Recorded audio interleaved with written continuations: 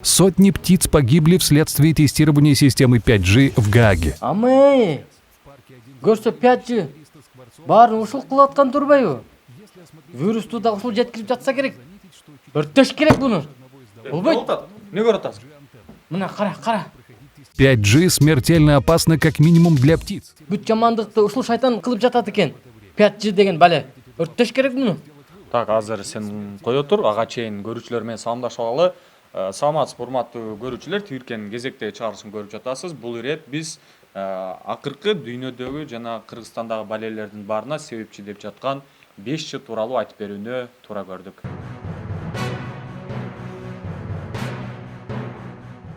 Мындан бир жума мурда Кыргызстандагы кээ бир активисттер 5G баарына зыян турбайбы, Кыргызстандагы жана дүйнөдөгү коронавируска дагы ушул 5G себепкер экен, анын антенналары Кыргызстандын кайсыл жерлеринде жайгашкан өрттөйлү деп чыгышты. Жечь ведьму! Жечь ведьму! Жечь! Чындыгында бул абдан күлкүлүү ой, ошол эле учурда кооптуулугу да бар. Бул пикирдин себептегенде биз башында 1-2 адам эле ушинтип ойлоп жатса керек, өзүнүн пикирлерин бул активисттер жазып жатат десек, акыркы учурларда бул активисттердин сөздөрүнө ишенип, ушул ойго кошулуп, чындап антенналарды өрттөш керек деп 3G, 4G антенналарын издеп баштагандар чыгууда. Себеби биздин элибизде 5G тууралуу маалымат аз жана технологиядан алыс адамдар болсо, мындай фейк маалыматтарга бат эле ишенип калышы мүмкүн. Эң алгач 5G деген эмне? Бул кадимки уюлдук интернет байланыштын жаңы мууну. Биз азыркы учурда колдонуп жүргөн 3G, 4Gга караганда алда канча ылдамыраак. Тагыраагы секундасына 20 гигабит. 5G'нын мүмкүнчүлүктөрү жөнүндө алдыда дагы кененирээк айтып беребиз. Ага чейин азыр көп айтылып жаткан 5G'нын айланасындагы апыртмалар, мифтерге токтололу. Эң алгачкы миф так ушул 5G'нын коронавирус менен тиешеси бар. Таживирустун тездик менен тарашына так ушул 5G себепчи болууда. Пошел нахрен отсюда! 5G бул радио толкун. Ал эми COVID-19 радио толкундар аркылуу жукпайт жана радио толкундар аркылуу тарабайт. Жеке мен интернет булактарынан, ар түрдүү сайттардан издеп көрдүм, бирок бир дагы радио толкун аркылуу таживирустун жайылышы тууралуу бир далил же жүргүзүлгөн изилдөөнү таба алган жокмун. Нет доказательств. Имеем съемки скрытой камерой, показания свидетелей. Доказать ничего не можем. 5G киргизилгенден кийин антенналар көбөйөт туура. Бирок антенналардын көбөйүүсү радио жыштык радиациянын күчөшүнө алып келет деген туура эмес, чындыкка дал келбейт. Радиациянын жалпы таасири 3G, 4G'ныкындай эле төмөн бойдон калат. Салыштырып айта турган болсок, кадимки күн радиациясынан бир топ төмөн болот. Вот я какой.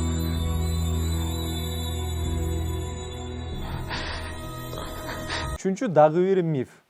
5G орнотулган аймактарда жаныбарлар өлүп жатыптыр деп куштардын өлүктөрү көрсөтүлгөн тасмалар тарап жатат. Бирок бул сүрөттөрдөгү окуя 2018-жылы Нидерландда болгон. Баары Facebook колдонуучусу куштардын кыйрашы 5G'ни тестирлөөгө байланыштуу болууда деген постунан башталган. Бирок журналисттер бул маалыматты иликтеп, төгүндөп чыгышты. Бул маалымат эмнеге жалган? Биринчиден, Нидерланддагы 5G'ни тестирлөө менен куштардын массалык түрдө кыйрашы эки башка учурда болгон. Экөө таптакыр бири-бирине байланышы жок. Экинчиден, атайын адистер бул аймактагы куштардын массалык түрдө кыйрашы ошол аймактагы улуу өсүмдүктөр менен байланышы бар экенин далилдеп чыгышкан. Что? Что такое, дорогой? Птичку! Жалко! Кыскасын айтканда, 4-үнчү дагы бир элде тарап жаткан жана бизге маалымат иретинде келген 5G'нын айланасындагы мифтердин бири 5G'нын таасири чиновниктерге күч. Ал орнотулган өлкөлөрдө депутаттар кызыктуудай болгон мыйзамдарды кабыл ала баштайт. Бул миф болбошу да мүмкүн, туура маалымат болушу мүмкүн. 5G кирери менен интернет азыркыга салыштырмалуу алда канча ылдамдайт. Албетте сизде суроо жаралышы мүмкүн. Дагы ылдам интернеттин эмне кереги бар? Бизге анын кереги жок. Азыркы ылдамдык бизге жетиштүү деп. Пошли дальше. Интернет они ставят, интернет. Он нам и не нужен, интернет ваш. Бирок Кыргызстанда азыр эң популярдуу сөздөрдүн бири бул санариптешүү. Өнүккөн өлкөлөрдө бардык тармак санариптешүүдө. Кадимки эле мисалга алсак, үйгө келатсаңыз, сиздин эшигиңиз өзү ачылып, холодильниктериңиз өзү иштеп, чайнигиңиз өзү күйүп, унааңыз айдоочусу жок эле сизди каалаган жериңизге жеткирип жатат.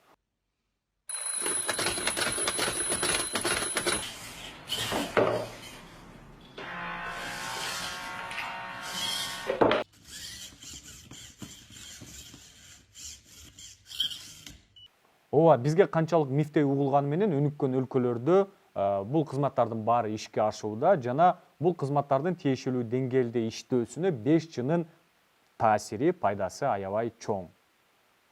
Эгерде бизге тиешелүү кылып айтчу болсом, баарыбыз азыркы учурда видео байланыш менен башка өлкөлөрдөгү, башка облустардагы жакын туугандарыбыз менен байланышып сүйлөшөбүз. Канчалык жакшы дегенибиз менен азыркы 3G, 4G менен видео байланыш аркылуу сүйлөшкөнүбүздө кайсы бир деңгээлде кемчиликтер бар. 5G ишке киргенден кийин ушул кемчиликтердин баары толук түрдө жоюлары айтылууда. Здравствуй, Нельсон. Спасибо, что пришел. Застенчивый самородок решил потягаться с простым людом? Мистер Белсон? Меня слышно? Алло? Меня слышно?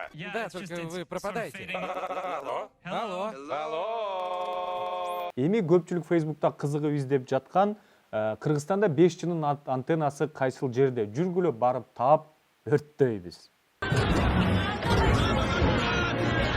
Я всех их видела! Я всех их видела! Давайте их порвем! Бул сөздөрдү укканда эле болушунча каткырып күлсө болот. Себеп дегенде Кыргызстандан 5G'нын антеннасын табуу бул это почти найти крокодил реке Нарын. Анан дагы 5G эмес, бүгүнкү күндө Бишкектен бир 10-15 чакырым сыртка чыксаңыз эле кадимки 3G, 4G тартпаган эл жашап жаткан аймактар жетиштүү. Алгач ошолорго 3G, 4G'ны орнотуп алалы. Баса 5G жөнүндө Кыргызстанда WhatsApp аркылуу да бир үн тарады эле.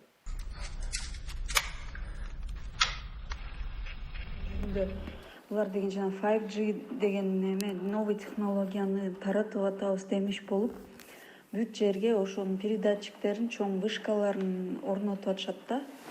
Эми ошол вышкалар деген ушундай эмени баягы высокий частотадагы эмени электромагнитный волны, радиация бөлүп чыгарат экен да, жана микроволновка барго. Микроволновка бөлүп чыгарган, например, 40 мегагерц болсо, а бул эмелер 5G'нын вышкалары 40 мегагерц экен. Я не понял. Негизи бул үндү сүйлөп жаткан эженин айткандарына кайсы бир деңгээлде биз кошулабыз, туура маалымат. Анан дагы сиздер буга чейин билбеген бир маалымат айтып өтөлү. Микроволновка негизи мындай таризде иштейт да. Микроволновкага тамак жылытсаңыз, чындыгында жылыбайт. Тамак жылыбайт. Чын айтып атабыз. Болгону радио жыштыкта жана 40 мегагерц деп айтып өттү. Микроволновканын гыр деген үнүн укканыңызда сиздин мээңизге калп эле тамак жылыды деген сигнал барат. Анан кийин сиз микроволновкадан тамакты аласыз дагы жанагы эле муп-муздак тамакты микроволновканын алдоосунан кийин жылыпты деп ал тамакты жеп аласыз. Жеке мен биздин өлкөбүздө 5G'га муктаждык болгончолук деңгээлде өнүгүүсүн каалайт элем. Буюрса ал күндөрдө алыс эмес деп ишенели. 5G тууралуу өзүбүз билгендерди өзүбүздүн акылыбыз жеткенчелик деңгээлде сизге түшүндүрүүгө аракет кылдык. Баса белгилөө өтөлү, биз бул тармакта адис эмеспиз. Айтмакчы, Билл Гейтс адамдардын башына ичине чип орнотуп жатыптыр. Жакында Кыргызстанда дагы бекер шаурма таратылып баштайт экен. Ал шаурманын ичинде так ошол Билл Гейтстин чиптери болот экен. Ал шаурманы биз бекер таратылып жатат деп кызыгып жеп алабыз дагы баарыбыз Билл Гейтс абабызга баш ийип калат экенбиз.